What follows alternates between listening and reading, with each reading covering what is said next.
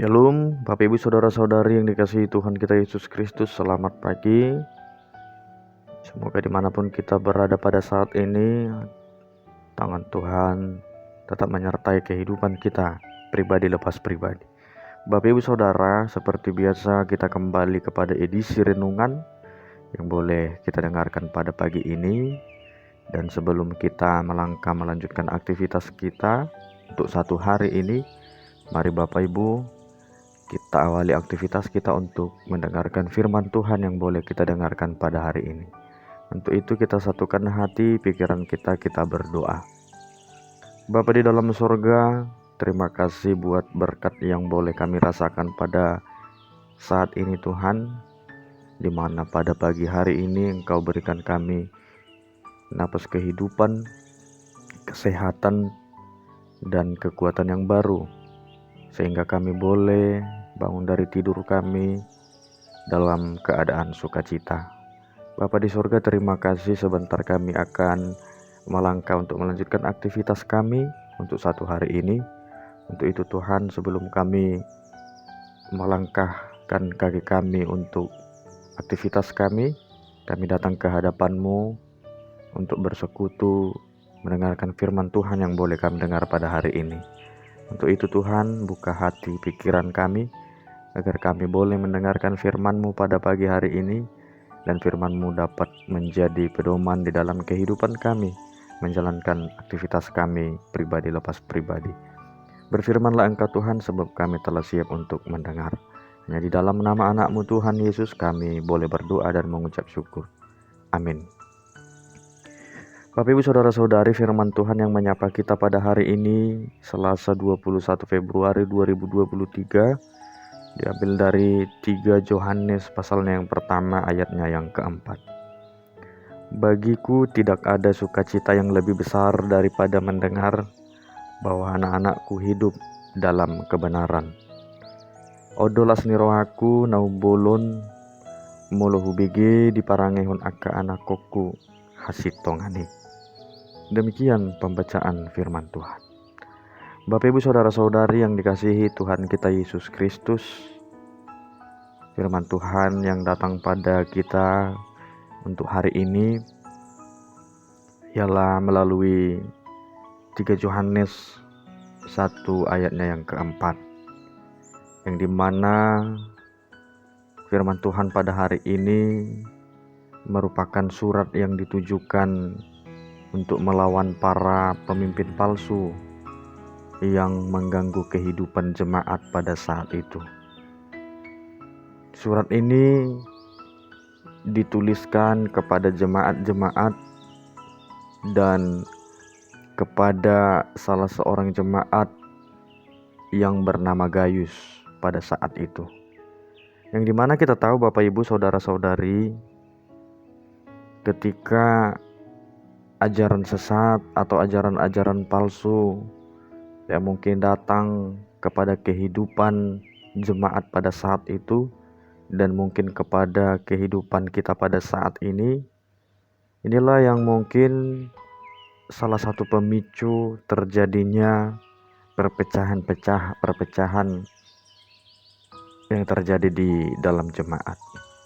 Untuk itu melalui surat ini jemaat dan kita diingatkan kembali bagaimana agar tidak terseret atau masuk ke dalam ajaran-ajaran palsu yang mungkin menggoyahkan, merusak iman kepercayaan kita.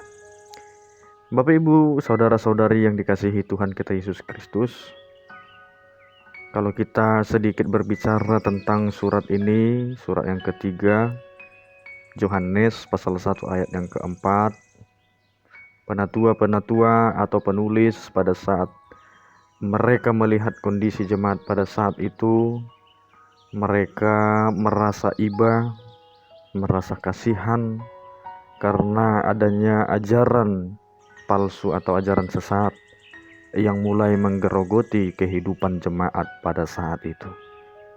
Akan tetapi Bapak Ibu Saudara-saudari yang dikasihi Tuhan kita Yesus Kristus, Melalui firman Tuhan ini kita juga diingatkan ternyata meskipun situasinya seperti itu, banyak ajaran-ajaran, doktrin-doktrin yang menyesatkan jemaat agar tidak mempercayai kepercayaannya kepada Tuhan atau menggugah, merusak imannya.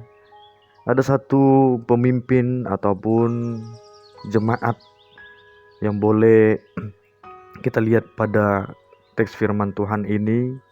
Kalau kita baca dari pasalnya yang pertama, dari ayat pertama, terdapat nama Gaius yang dipuji oleh penulis, yang dimana kehidupan Gaius merupakan kehidupan yang hidup di dalam kebenaran, walaupun ajaran doktrin sesat mendatangi atau menghantui kehidupan mereka. Siapakah Gaius pada saat itu? Di dalam perjanjian baru, secara khusus 1 Yohanes pasal 3 ini, Gaius disebutkan adalah seseorang jemaat atau juga pimpinan jemaat yang pernah dibaptis oleh Paulus. Ada juga yang beranggapan bahwa Gaius merupakan teman seperjalanan Paulus. Ada juga yang memberikan pendapatnya bahwa Gaius di sini juga disebut sebagai orang yang mengikuti Paulus dalam perjalanannya terakhir melalui Makedonia. Bapak Ibu saudara-saudari, berangkat dari kehidupan Gaius ini seperti yang kita sebutkan tadi, bila kita jauh melihat kehidupan Gaius pada masa kehidupannya dulu, maka kita akan menemukan kehidupan yang transparan yang daripada dia. Dan disebutkan di dalam hidupnya orang bisa menemukan kekristenan mewujud nyata. Kehidupan Gaius sejalan dengan kebenaran, dan itu juga menjadi kesaksian yang indah bagi orang-orang di sekitar dia. Kenapa dikatakan seperti itu Bapak Ibu saudara-saudari? Karena di dalam konteks 3 Yohanes ini, Gaius juga sering disebut sebagai orang yang memegang peranan penting dalam jemaat setempat. Ia juga memberikan kehidupannya, aktivitasnya untuk membantu setiap jemaat yang dijumpainya pada saat itu. Bapak Ibu, saudara-saudari yang dikasihi Tuhan, dari konteks ini juga ada yang beranggapan bahwa pada saat itu kehidupan Gaius dapat dikatakan seperti Alkitab berjalan, yang dimana kehidupannya yang sungguh luar biasa memerhatikan dan menerapkan kebenaran di dalam kehidupan jemaat yang pada saat itu terganggu imannya, kepercayaannya, karena adanya ajaran-ajaran sesat, ajaran guru-guru palsu yang menerpa kehidupan mereka. Bapak Ibu saudara-saudara yang dikasihi Tuhan kita Yesus Kristus, melalui firman Tuhan ini kita diajarkan salah satu sosok jemaat atau sosok pimpinan yang dimana walaupun badai kehidupan, pergumulan kehidupan seperti ajaran-ajaran sesat yang menggerogoti kehidupan jemaat pada saat itu, tetapi masih ada beberapa orang-orang yang mampu menunjukkan kebenaran, yang mampu berperan penting untuk membimbing kembali dan juga melawan ajaran-ajaran yang datang kepada mereka. Bapak Ibu saudara-saudari yang dikasihi Tuhan kita Yesus Kristus, melalui firman Tuhan kita pada hari ini juga sebagai orang-orang Kristen yang percaya kepada Kristus, kita juga diingatkan seperti karakter sifat seorang pengikut Kristus, bagaimana seharusnya yang kita lakukan di dalam kehidupan kita agar boleh menunjukkan setiap kehidupan yang boleh dituntut melalui kepercayaan kita, yaitu kasih dan kebenaran Kristus.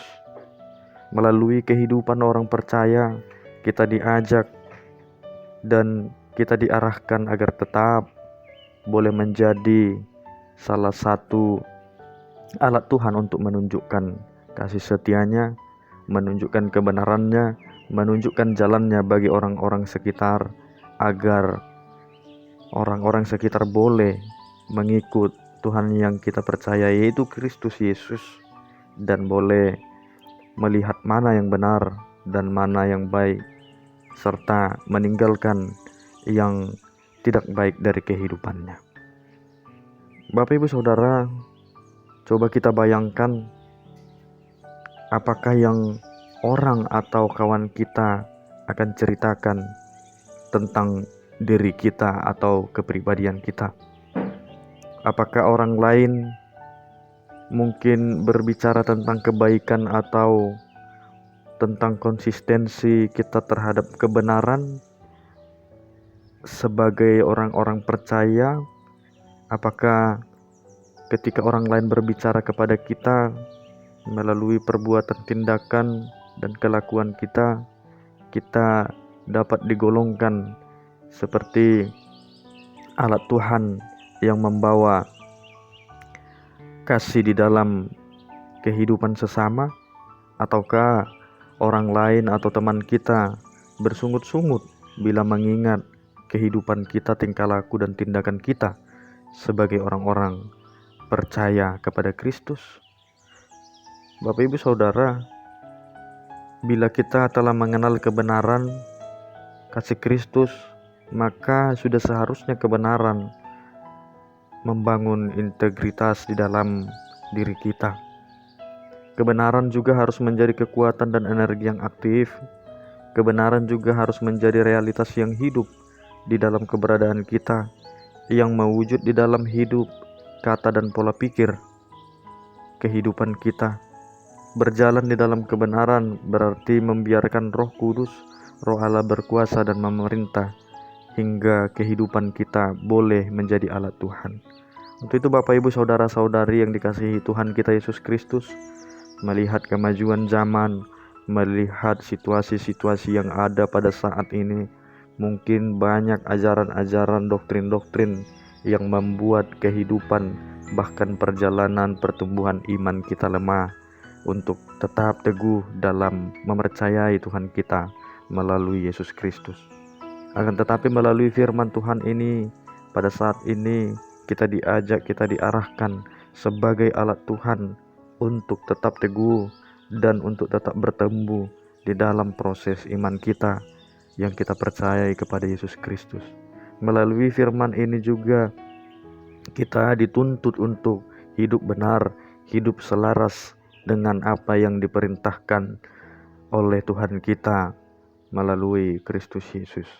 Sehingga intinya Bapak Ibu Saudara-saudari yang dikasihi Tuhan, kita diajak agar menjadi pelaku-pelaku firman, pelaku-pelaku kebaikan di tengah situasi dunia yang mungkin boleh kita sebutkan sakit pada saat ini karena adanya kerusuhan, karena adanya tindakan kekerasan, karena adanya perbedaan baik yang membenarkan agama satu dan agama yang lain. Tetapi bagaimana kehidupan kita boleh menjadi alat Tuhan dan boleh menebarkan kasih, menebarkan kebenaran di dalam setiap proses kehidupan yang kita lalui. Maka Bapak Ibu Saudara, marilah kita tetap belajar untuk menjadikan hidup kita ini selaras dengan kebenaran dan ajaran melalui Tuhan yang kita percayai. Kebenaran bukan lagi sesuatu yang hanya kita pelajari dan dijadikan sebagai pengetahuan. Maka orang lain akan melihat bagaimana kebenaran dapat mewujud nyata dan bukan merupakan utopia. Selanjutnya nama Tuhan akan dimuliakan di dalam kehidupan kita pribadi lepas pribadi. Selamat beraktivitas, selamat merenungkan firman Tuhan. Amin. Kita satukan hati kita berdoa. Sungguh luar biasa Tuhan, firman Tuhan yang boleh kami dengar pada hari ini, yang datang dari surat Yohanes yang ketiga, yang dimana melalui surat ini jemaat diingatkan, dikuatkan, dan diberikan peneguhan. Apapun kehidupan, apapun pergumulan yang datang kepada kehidupan mereka, yang tentunya karena adanya ajaran-ajaran yang mungkin menyesatkan dan menggoyahkan iman mereka, tetapi melalui peran dari salah seorang jemaat yang hidup di dalam kebenaran dan tetap bertumbuh imannya, jemaat diingatkan untuk tetap teguh di dalam mengikat dan bertumbuh di dalam iman. Bapa di surga, terima kasih melalui firman Tuhan ini Engkau ajarkan kami juga bahwa memang setiap kehidupan kami pada saat ini mungkin banyak pergumulan, banyak tantangan-tantangan yang mungkin datang dari luar diri kami, dari lingkungan kami, bahkan mungkin banyak ajaran-ajaran doktrin-doktrin yang mungkin mempengaruhi kualitas iman, pertumbuhan iman kami. Tetapi Bapa di surga, melalui firman Tuhan pada hari ini, Engkau ingatkan kami untuk tetap hidup di dalam kebenaran dan hidup selaras dengan ajaran Tuhan.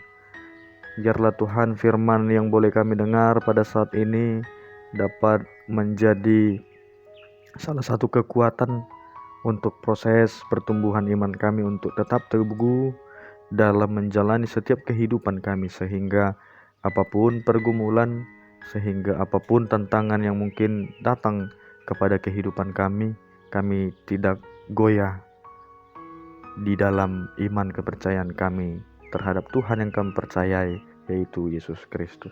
Terima kasih Bapa di surga, berkati setiap kegiatan, aktivitas yang boleh kami lakukan pada saat ini. Kiranya Engkau mampukan kami, berikan kami kekuatan kesehatan Tuhan, agar kami boleh melakukan aktivitas kegiatan kami pribadi yang lepas pribadi yang boleh kami lakukan di dalam hidup kami. Berkati setiap keluarga kami yang jauh dari kami Tuhan. Berkati setiap jemaat-Mu, keluarga kami yang mungkin pada saat ini belum dapat secara maksimal melakukan aktivitasnya karena mungkin jemaat-Mu, keluarga kami di dalam keadaan sakit. Kiranya tangan Tuhanlah yang selalu menjaga, memberikan kekuatan kepada keluarga kami, jemaat-Mu, agar mereka dimampukan untuk melawan sakitnya, agar mereka boleh sehat dari sakit mereka. Berkati setiap obat, minuman, ataupun makanan yang boleh masuk ke dalam tubuh keluarga kami, jemaat-Mu Tuhan, agar itu juga menjadi salah satu alat untuk melawan dan menyehatkan tubuh mereka. Bapa di surga, kami serahkan seluruh kehidupan kami hanya di dalam tangan Tuhan. Kiranya Tuhanlah yang selalu menuntun kehidupan kami pribadi lepas pribadi. Terima kasih Bapa, hanya di dalam nama anak-Mu Tuhan Yesus kami boleh berdoa. Amin.